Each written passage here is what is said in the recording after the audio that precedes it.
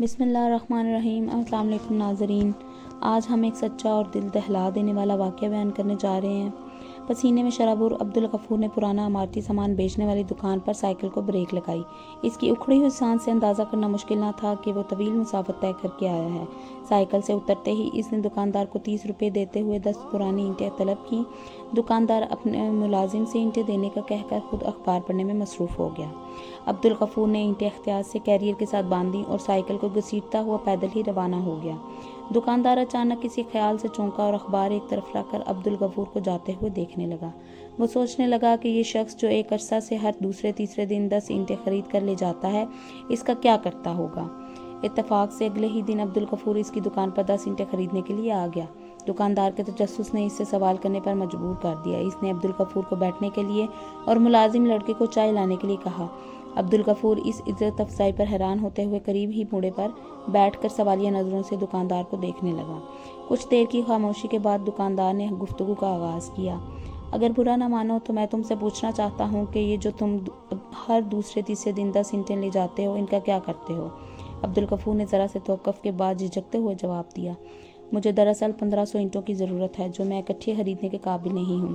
دہاڑی در مزدور ہوں، کبھی کام ملتا ہے کبھی نہیں ملتا۔ جس دن کام مل جاتا ہے اس دن میری کوشش ہوتی ہے کہ میں کچھ اینٹیں خرید کر جمع کر لوں۔ 1500 اینٹیں کس مقصد کے لیے اکٹھی کر رہے ہو؟ گھر کے صحن کی دیواریں اونچی کر کے اپنے پیارے نبی صلی اللہ علیہ وسلم کی نصیحت پر عمل کرنے کے لیے۔ وہ مبارک نصیحت کیا ہے؟ ایک شخص نے حضور اکرم صلی اللہ علیہ وسلم کی خدمت میں حاضر ہو کر عرض کی کہ اس کا اچھا والا کاروبار کچھ عرصے کے لیے انتہائی مندی کا شکار ہو گیا ہے۔ تنگ دستی کی وجہ سے 2 وقت کی روٹی پوری کرنے کے لیے ادھار کی نوبت آ گئی ہے۔ نبی پاک نے اس شخص کی باتیں ہمدردی کے ساتھ سننے کے بعد مشورہ دیا کہ وہ اپنے گھر کے صحن کی دیواریں اونچی کر لے، سب ٹھیک ہو جائے گا انشاءاللہ۔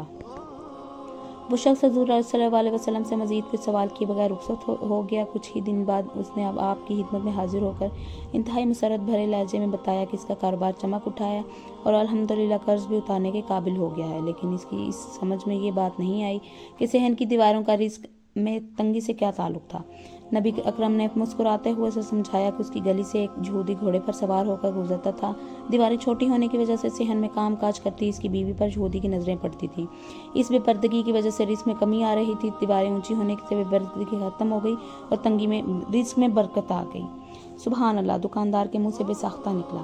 قصبے کے آخر میں برکت والی گلی میں میری ایک چھوٹی سی کھولی ہے، عبدالغفور نے اپنی بات جاری رکھتے ہوئے کہا، جہاں میں اپنی 8 اور 7 سالہ 2 بیٹیوں کے ساتھ رہتا ہوں۔ صحن کی دیواریں نہ ہونے کے برابر ہیں۔ میری کوشش ہے کہ اس سے پہلے کہ بیٹیاں بڑی ہوں، صحن کی دیواریں مکمل کر کے نبی پاک کی ہدایت پر عمل کر لوں تاکہ بے پردگی کی نحوست سے بچا رہوں۔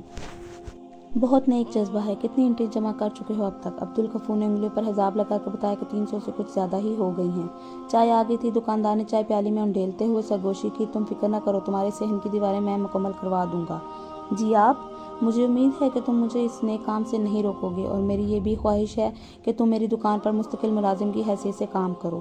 عبدالغفور کی آنکھوں میں نمی تیر گئی۔ وہ غیر ارادی طور پر آسمان کی طرف دیکھتے ہوئے سوچنے لگا کہ رب تعالیٰ کتنا کریم ہے کہ نیک کام کے ارادے پر ہی اپنے بندے پر عنایت کے دروازے کھول دیتا ہے۔